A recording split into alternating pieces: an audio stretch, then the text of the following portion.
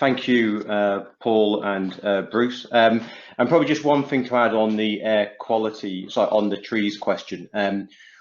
Whilst we do link to iTree, we do also kind of take a kind of a higher level view as well, linked to some of the outputs for air quality and on carbon. And we also link to some of the Woodland Trust, I think, from memory as well. But all that is contained within the guidance, because that's the key thing that we've actually looked to do as part of the tool, is to ensure the sources of everything that you want to kind of go back to is within the tool. So I'm just going to give you a bit of an overview, actually kind of showing the use of the tool now with a kind of a generally pre-filled example in. One of the key things, obviously, once you kind of open up the tool and you've saved it, is to actually enable your macros. But you should get a box appear like this, which just is a little welcome box, and you press continue, and that kind of will take you to this kind of first home page. And this home page launches you to various parts of the tool. A few things just to highlight. We've got the different kind of almost help sheets within the tool, and Bruce has kind of pointed to some of them, and I'll just go through particularly this one in a moment, because that sets you off and actually running in a very kind of simple way. But also I'll just kind of highlight some of the other information that Bruce mentioned when he went through the slides. A really good way, though, for you to navigate around the tool is to use the bespoke toolbar, which you can see up the top under Best, and that allows you to move through your project data, whether you look at your capitals distribution, I'll show you that in a moment, whether there's supporting information for some of the help, and stuff like the values library and the present value calculations, before you get to actually see some of the results as well, and the capitals summary. So we'll make a little start and tour through the tool. So we'll just start with the best workflow and kind of how-to guide. So Bruce has already showed you this, and I'm just going to make it a little bit smaller so that all appears on the screen. So this is the workflow to go through that Bruce has talked through. But if we just scroll down the page here, it just reminds you of those three key colors, and effectively they're the only three key colors that we actually use around whether you input the value to the text. It's something to select, or in green here with the dashed boundary, just in case we've got folks who are kind of color blind, to try and actually kind of differentiate, and so you can kind of see where numbers that then are automatically appear. On the top of nearly every page, you will have a link to the guidance, and so it will, when you click on it, it takes you to a PDF of just that part of the guidance.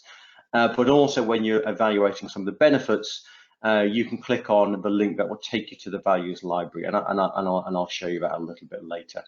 And then just to help you get started, we've just outlined the key steps that you actually kind of go through. So if it's your first time coming to the tool, or you are actually coming back to the tool, I'd always just recommend just coming actually looking at this until you're familiar with just those key steps that you look to actually move through. So just before we kind of go through kind of populating part of the tool, I just wanted to kind of actually flick to just a couple of things that Bruce mentioned. So in particular, the values library. So this values library here, which is, there's quite a lot of information in here. It contains the valuation, the units, the year which that actually came from, and this is for quite a large number of benefits based on all those different sources of literature that we've actually been through on the project. You'll also note on this page, you're able to jump back to your benefits page. So if you're completing a benefit and you want to know a little bit more information about it, you can jump to here and easily then actually jump back. And that's the important step that we've tried to include within the tool, just to assist with that kind of functionality and navigation around the tool. So Also, just within the present value calculations, to enable you to actually do this, you're able to change your kind of base year, and that kind of actually then enables you to actually perform the calculation, and it follows the green book. But you can, if when you're calculating present values, you use different rates, you can actually alter these as well. But just always be careful if you pick up a sheet you've already filled in and you're actually using different rates, of course. So we'll just jump to the project data. Bruce showed you this sheet, so I won't spend much time on it, but this just kind of actually contains the key information, so you have that audit trail of knowing what your assessment was for, and the version, and the date and so forth, and that does include where you put in your kind of option cost. And you can also kind of summarize your scheme supporters, and you double click on here, and that gives you quite a long list for you to go and actually select. And you can also put in your own other ones as well in there.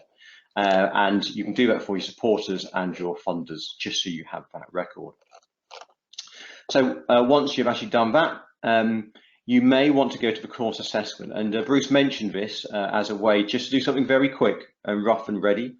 If you click on this button up here, it takes you to the help for the course assessments, and that is quite important because it tells you what is included within the course assessments. Because one of the things that we always find is evaluating benefits is very context specific, and so you can make some gross assumptions, but then find that they are quite significantly wrong. But this just gives you that first step. And so you can see we've actually got nothing in here, but it is literally as simple as, so we have 260 trees, say, as part of this scheme. There's no woodland creation. There's a number of streets with benefits from an amenity perspective. So we said there's about 500 people. A very coarse estimate of flood benefit to 25 properties. The scheme which I'm kind of thinking of here had about 1.5 hectares of kind of a green space, significant enhancement, so that kind of would hit on the biodiversity. And then this was going to improve discharges to a watercourse, of which we estimated was roughly around 2 kilometres. And so just by putting in those numbers there, you can see how the graph actually comes up, and it comes up with a lower and upper bound. And it just gives you a very coarse and quick estimate and a way to actually go through there. But we would particularly kind of draw you to these kind of notes which actually highlight how we believe this should be used. So that's the course assessment. We'll just nip to the screening questions now. So Bruce kind of highlighted this. You select those questions, whether it's a yes or no, based on your answers here, and then you click to open the benefit pages. And what that would do is it would then only open up the benefit pages that you are interested in filling in. So when you start with a tool, you are not shown all the 17 benefits that you could try and actually monetize. So it's trying to kind of focus you down a bit straight away for you to think about what's important for you to actually place a benefit value on. If we now take a look at some of the benefits, so the structure is generally up the top. You will see there's the chance for you to capture your evidence, and we believe this is quite important because if you come back to it at a later date, you actually know why you actually filled in those numbers. And always in this first box here, this picks up what you wrote down in the screening questions. So that transfers that forward, and then you can add more detail within here. And then within each section, it tells you the different, so within each benefit, it tells you which section you have. So AM1, AM2 in this benefit. And the first section normally is if you'd already done your own evaluation and you wanted to bring that in, the tool has that provision for you to kind of actually place that in. Then within subsequent sections, it allows you to fill in numbers around the benefits. And generally, and we try to provide a lot of consistency with this, that it'll be within this format wherever possible. And so you would put in the quantity here, which is the number of residents. You select your value, which you can get more information by going to the values library or by looking at the guidance. And then you select what your quantity and value and valuation confidence is, and you enter your start and end date, and that will then automatically populate your present value calculations. There are some differences though, and that's where the benefit didn't nicely fit into that kind of order, but we've always tried to keep some consistency. So for example, you can, this is for property prices, which we only consider to be a one-off one-off enhancement in the numbers. But again, you have some other orange boxes to kind of actually fill in that allows you to then go and actually calculate the benefit. So you've got the colors and the same structure of the boxes, but just on one or two examples, you do find there are some kind of differences. And that's purely because of the kind of benefit and the numbers that we have within there. So I won't necessarily actually go through all these benefits. There are on one or two, for example, under carbon sequestration, when, for example, we might be looking at trees. If we scroll down to this benefit here, again, similar kind of structure, but because we're looking to bring in aspects around carbon and the fact that actually we're kind of summating a number of benefits here from the trees.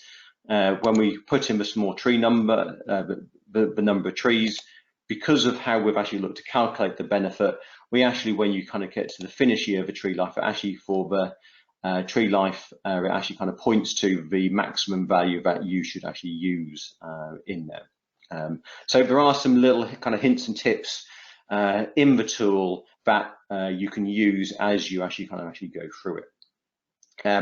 But it allows you to kind of take your scheme and the areas that you're looking to assess the benefits for, and then actually bring them into each benefit. So there was just a couple of things that I then just wanted to maybe move on to. So firstly, I just want to capture the capitals distribution. And so let's just pop to this. The capitals distribution sets out how we believe these benefits, and so as a team, we actually went through and considered where we felt the benefits actually kind of aligned to around natural, social, financial, manufactured, and we joined together human and intellectual. But these are orange boxes, so the user can go through and change what they believe that they should actually be if you've done some other kind of assessment than that. But we wanted to actually start it off because that's quite important in feeding through to the results that come through to the end. Now, all these numbers, so I'll firstly go to the kind of the capitals numbers, and then I'll jump back to the other kind of results summary, because we recognize people may want things in different ways.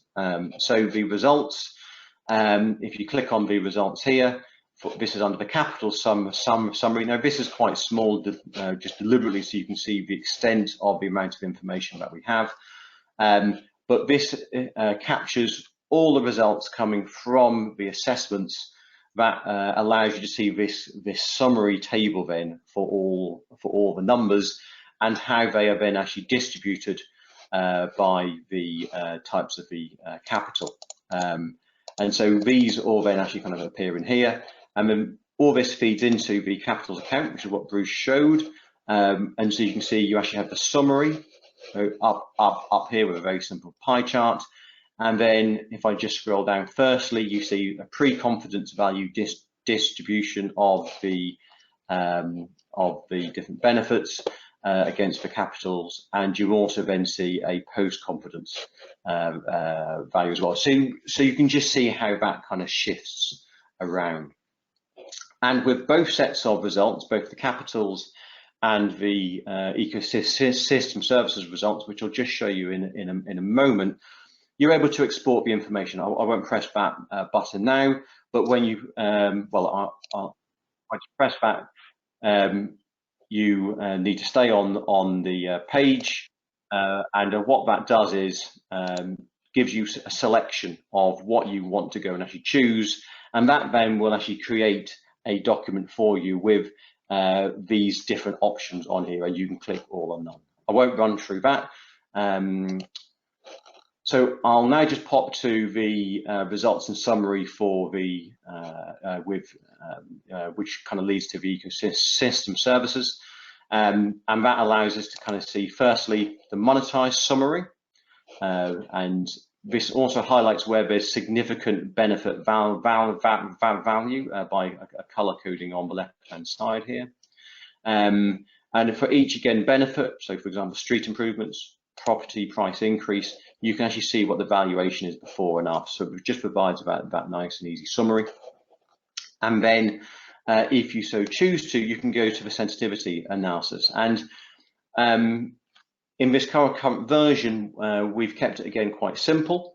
And so what that allows you to actually do is, so for example, this around air quality, allows you to go and select a low value, and we've just recommended to actually try and just drop it down by one kind of fixed value, so 50 to 25 and 75 to 100, and it allows you to also kind of go the other way and actually choose those numbers that you actually want to kind of put in. So it allows you to kind of create a lower and upper value. And as Bruce said, we had a lot of discussion when we first started Best Off, and how we can try and keep this in a very kind of simple approach to confidence.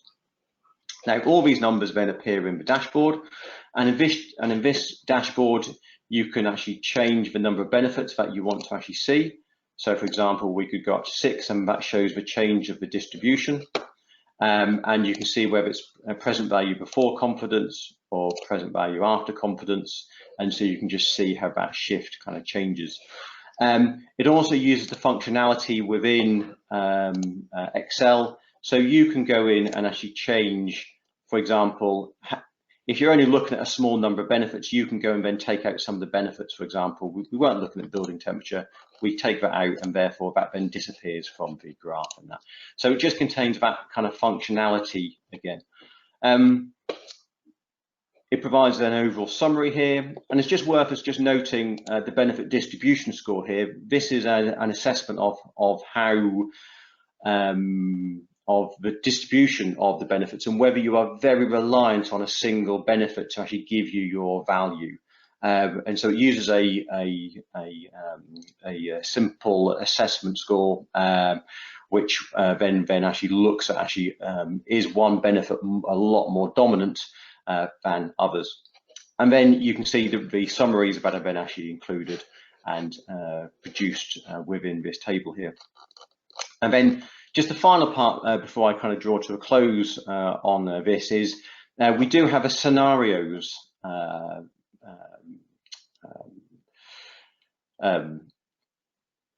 evaluation within the tool, and you can turn that on by going to the screening questions, and if you come to the bottom, it says, do you want to undertake scenario planning? Now, this isn't extremely complex, for example, through trying to go through real options, whatever, but if you click that and we kind of click on scenarios, that actually does allow us to go in and consider for different scenarios of the future for you to apply some weighting to the scores. You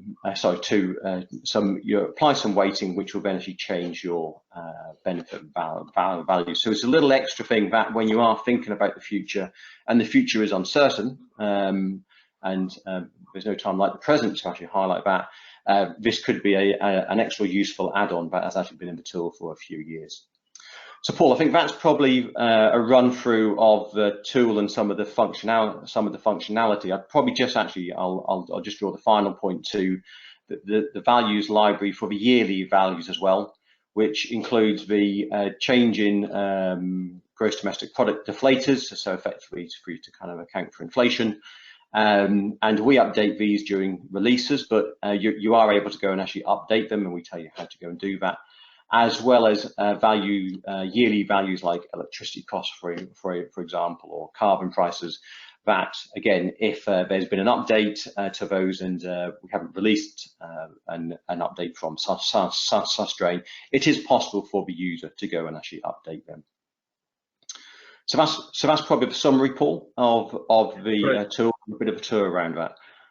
Marvelous. Well, thank you for that, Chris. I hope that's helped a few people. Bruce has been quite busy during that presentation. He's answered a number of questions, and there's a few here, Chris, for you to have a look at. I wouldn't necessarily answer them now. What I think we probably could and should do is maybe go through the next polling questions and then move on to the video of Viviana and Chris talking about a case study, and then come back to some of these questions. So Bruce and Chris, if you can look through some of those questions, that would be great. So this is the fourth poll question. Right.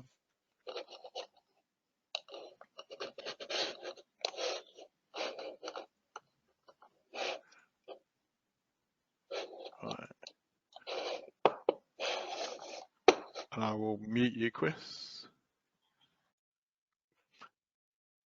So Chris, just so that you know, there's a few questions coming up which you may be able to answer through the video, and if not, we can deal with some of these at the end.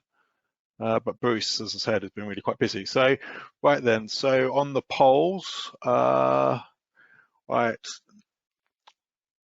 Okay, so nearly half of you have responded.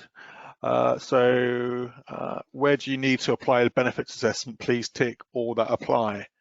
So, okay, interesting. So the most popular one is new development, and then it's going on to flood risk assessment. So yeah, that's really interesting. Okay, that's great. And then the next poll is who requires the benefits to be assessed? Please tick all that apply. And this is really interesting with regards to the developer. And I suspect the focus on the developer is that they need more convincing than anything else, rather than the fact that a developer would be looking at the benefits. Anyway, it's something for us to discuss later, maybe. I will note that down as a topic for discussion if we have time.